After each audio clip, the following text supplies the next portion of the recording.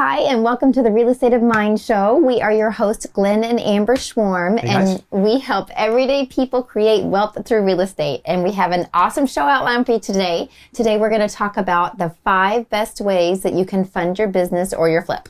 Money is probably the most important thing. When people look to finance their deal, people say, oh my gosh, I don't have any money. That's the most common thing I always hear is, I say, what do you think you lack to be a real estate investor? And the first thing they say is money.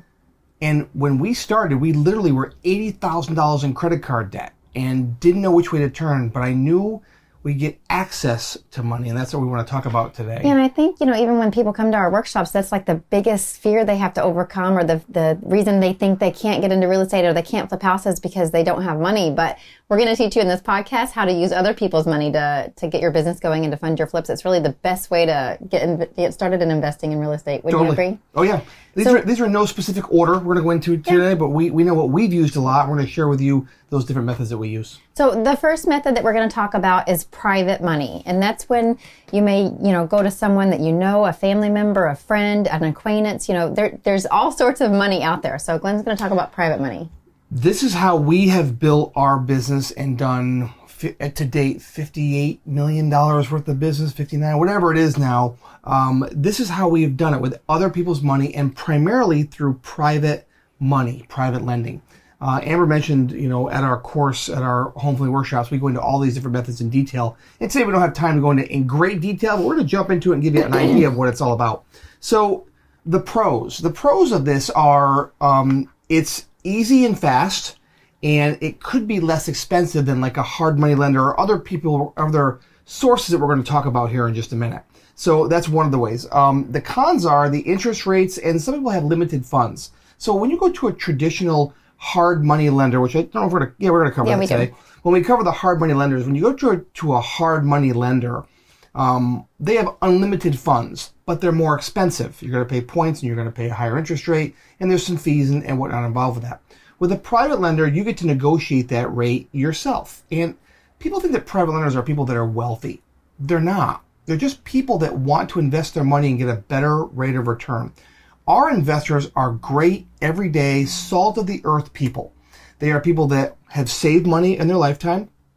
They have, $50,000, $100,000, $200,000 in their IRA, and we help them convert their IRA into what's called a self-directed IRA.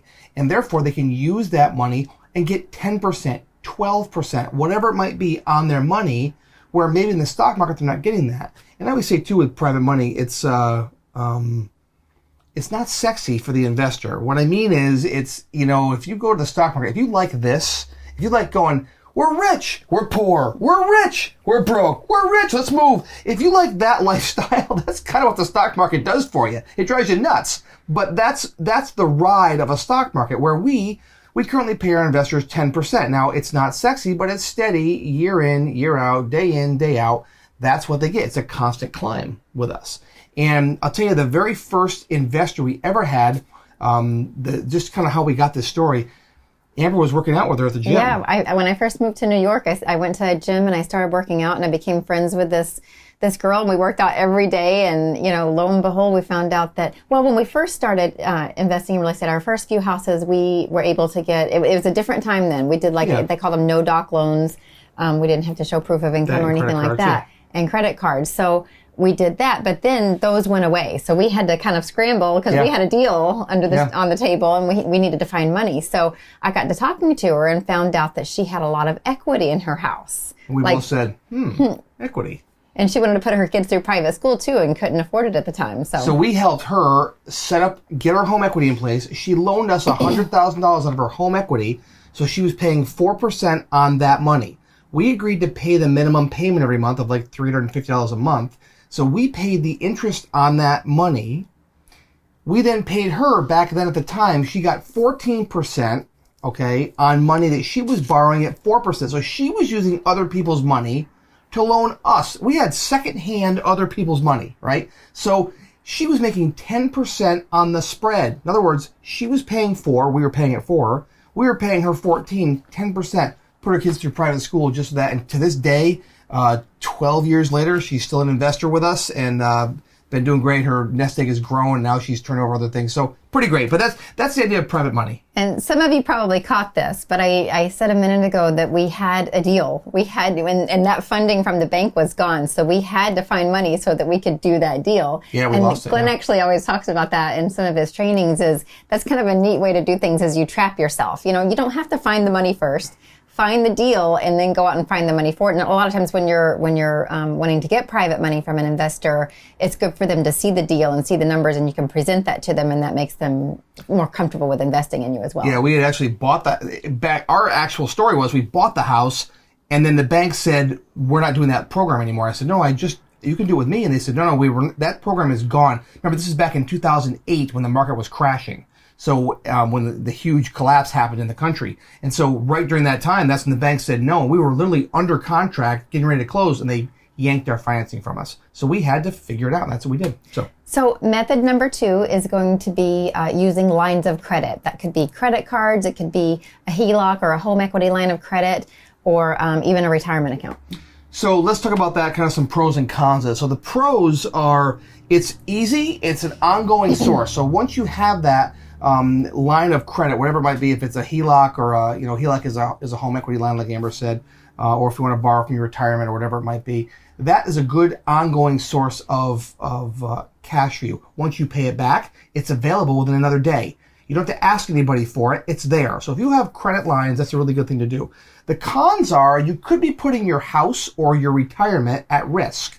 So if you borrow from yourself on your home equity and something goes south, well, that's your home. Your home is the protector. Now, I always say that real estate, if you think about it, it's very tough to actually lose a lot of money in real estate. You can, but it's tough because it's an actual asset. You'd have to go out of your way to not put insurance on a house. And, even if a house burns to the ground, you have no insurance, which would be a bad mistake. But even if it did, you still have the piece of property and probably the foundation in place. So that's probably worth 40, 50 grand by itself. So it's tough to lose everything, just to keep that in mind, okay? You could, but you'd have to really try. Yeah, and investing in real estate is making an educated decision to invest your money. And that's why we, like at our workshops, we give out the home flipping evaluator and the home flipping checklist. You don't want to just go in a house and guess like, oh, I think this is going to be, $30,000 to renovate. You want to go in a house and know your numbers, know your cost, and be able to make an educated decision on that. And then it's a very calculated decision, and the risk is very, very low. Part of the credit lines too is credit cards. Now, people don't think about credit cards as a means to finance a house. That's how we did it, and we still actually do a lot to this day, is we use credit cards. In the early days, we would get the loan from the bank. That was the first other people's money that we used. And then we'd use credit cards to do the renovations and the buying the material and all those things. So we had options that were there. So how do you do that? You can go and apply for 0% credit cards. Little plug for us here. If you want to learn how to get multiple cards and really maximize your credit lines to get 0%, we have an awesome program. We teach our students. Just reach out to us, give us a comment, whatever. We'd love to help you learn how you can get massive lines of credit at 0% interest for 12 to 15 months, which is awesome. And the other great thing about credit cards, and why we still use them to this day, is credit card points. You can use those, you can let them add up. You can actually cash those in for cash. You can make your credit card payments with those points. We like to save them up. I hoard them for travel. Yeah. I love to travel for free. So, we've been all over the world. We've been to Thailand and Bonaire and Curacao and, we've been all over the place using our credit card points. And when you're doing renovations, they add up pretty quickly, which is really fun. Yep. So, again, the way we got started was doing that. We used our credit cards. We used our HELOC. We did everything we had to. We used credit lines to get where we had to get money. Again, that's access to other people's money. You probably have that in your wallet, in your money clip, in your purse right now. And just by making some calls, and again, if you want to call us, we'd be happy to help you get $30,000, $50,000, $80,000 in 0% credit card, because you have to know where to go. We can help you with that. But anyways, that's not what I'm here to talk about today, but just letting you know that's one of the many options. So the next one is hard money lenders. And that might sound a little scary to some people. It might sound like you're getting money from the mob or something like that. But these are really institutional lenders that are ready and designed for taking those higher risks. Right. So the pros are they're easier than a bank, right? Banks don't really lend to real estate investors. They can, but not really. But that's one of the pros is that they're easier. to get the money from. The cons are they're expensive, and sometimes you have to give your kidney or your arm. Or your firstborn. No, you don't really have. Depends if you like your kid or not. You may not want to. So, but I'm telling you something with the hard money lenders. It's a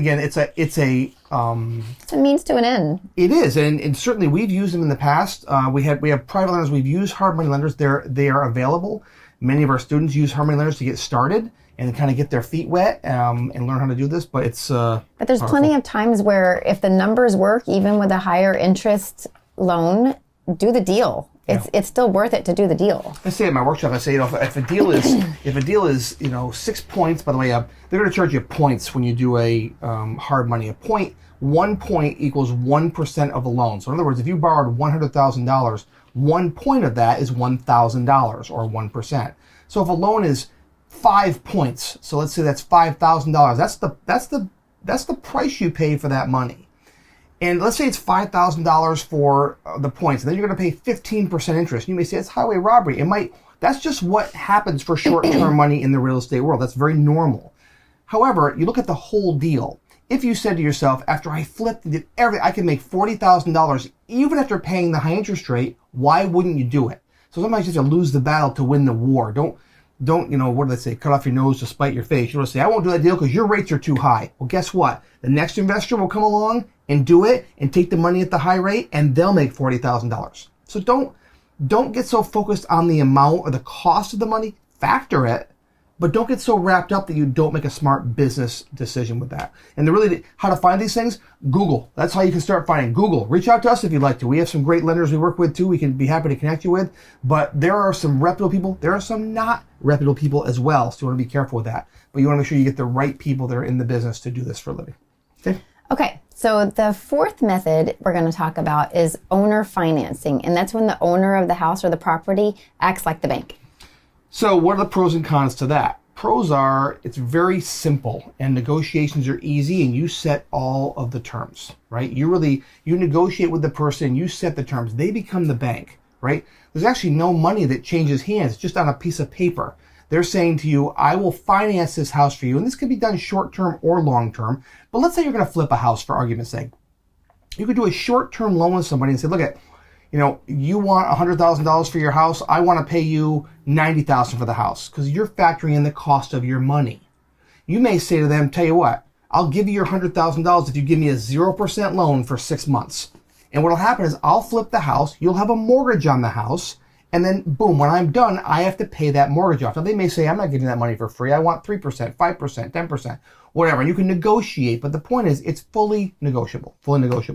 The cons are not every seller can do it. Not every seller is in a position where they can do that for you. They may be behind on their mortgage. They may not own the house outright. And you can do it. There's ways you can do it with the house paid off and not paid off. We're going to talk about that next. But they may not be able to. It might be an estate situation where they say, no, we have 5 siblings. They want their cash now. They don't want to do it. So not every seller can do that. But I think it's powerful to at least ask. Absolutely. We've done really well on that.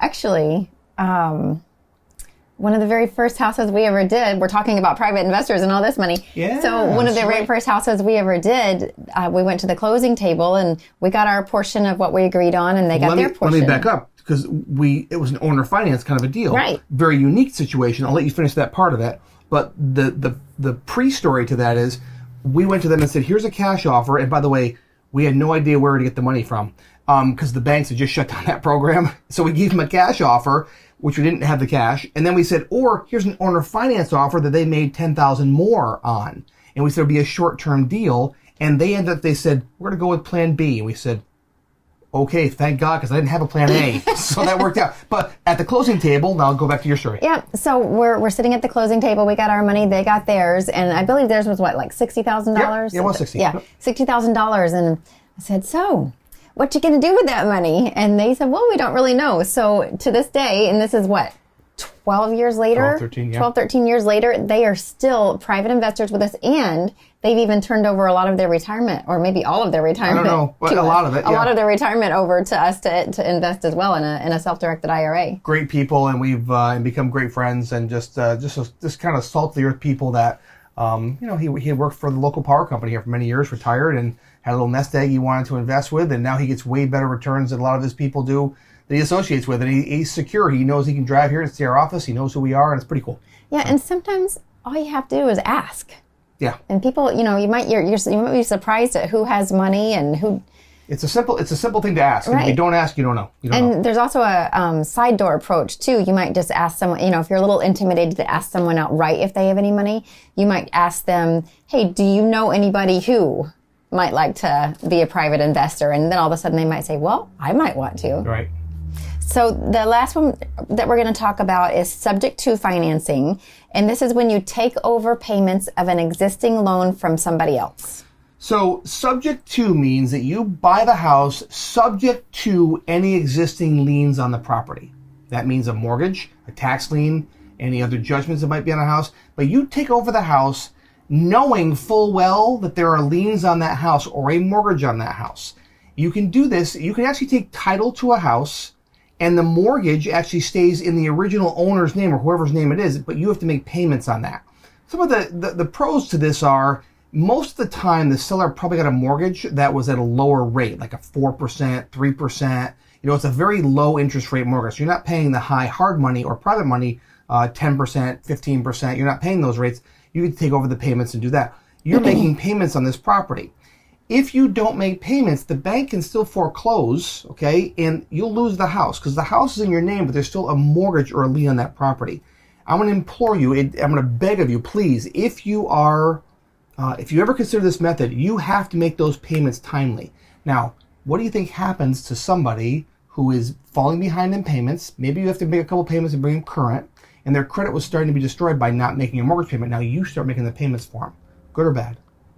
Great, right? When you make a mortgage payment, that really helps improve people's credit score. So you're doing a great thing by doing that. It's really good for a short-term project where you can take over their payments, you can relieve that debt from them because you're starting to make payments on that loan. Okay, you're now making the payments for them. The house is in your name. You can fix the house, renovate it, do what you got to do, flip it, and boom, away you go. You're all set. When you sell that house, you have to pay off that mortgage because it's still a lien on the property, right? It was a lien when it started. It's still a lien on the property. So, yep. Sounds a little complex, but bottom line is that if somebody has a mortgage on the property, you can take over the house, make the mortgage payments, and help them out of a tough situation and find a deal for yourself too. So the thing that I think is really cool about all of these methods and real estate in general is that you get to be really creative even in the financing part of it, because you don't have to just take one of these methods to do the house. You can combine one or two or three of the methods. You can do whatever you have to do that the seller is agreeable with, and you can get as creative as you want to be, as long as and like Glenn was saying, everything's negotiable. You may have a deal. Take this. Here's just a random idea, but this has happened. Things like this have happened to us. You may have a private investor that only has $50,000 they want to invest in a property, but you want to buy a property that's $150,000 to buy and renovate. That's the money you want. So you might get $50,000 from a private lender. You may have $20,000 in a private line of credit or credit cards that you want to use for that. Maybe the seller will be willing to hold $30,000 themselves. You know what I mean? You can actually literally combine many methods to get this done. And so all the methods that we talk about, you may get a hard money lender for a small chunk of it. You can have multiple private lenders or multiple people. And so the cool part about real estate is it's an awesome business, an awesome career, because you get to be creative with the financing. You get to figure out how it works. So it's a win-win, win-win, win-win, win-win for everybody that gets involved in the deal. You can have 10 friends that give you 10 grand each. And that's maybe all they have. They give it to you on their credit cards. And so you pay them, and you can make this up as you go along. If there's a will, there's a way. And if you have a strong enough why, the how will always figure itself out. So it's a great, great business. Combine these methods. And this is just a few of the methods we talk about. So if you're serious about investing in real estate and money is the thing that's been holding you back, no more excuses. No more. There are tried and true and proven ways to get the job done if you really want to get it done. So let's recap the 5 methods. Do it. Number 1 is private money. Yep. Number 2 is credit lines. Number 3 is hard money lenders. Number 4 is owner financing. And then number 5 is subject to financing. Yep. Fantastic. So, am I going to close it up? No. Oh, so Get with the program, honey. sorry, I'm not doing something He there. missed his cue. So you deserve to live your best life now. You deserve to create wealth through real estate investing, and that's what we do. And you deserve to have the best life you can come up with. And so all these little things that we do and these podcasts that we do are really designed to give you tools and techniques and tips and encourage you to go out there and build the life that you want to for yourself. Yep. So you have been listening to the Real Estate of Mind show. Again, we are your hosts, Glenn and Amber Schwarm. If you found value in this podcast, wherever you're listening to it, Apple, iTunes, YouTube, whatever, give us a thumbs up, share it with your friends. It lets us know that you guys find value in this so that we keep doing it for you guys. You can find us on social media, Facebook, Instagram, YouTube, all that good stuff under Glenn and Amber Schwarm. Remember, everyday people really do create wealth through real estate investing. The only question is, will you be next? So we have another great topic for you coming up next week. And make sure, if you do have questions, send those along. We'd love to answer them for you. So we'll see you next time. We'll see you then.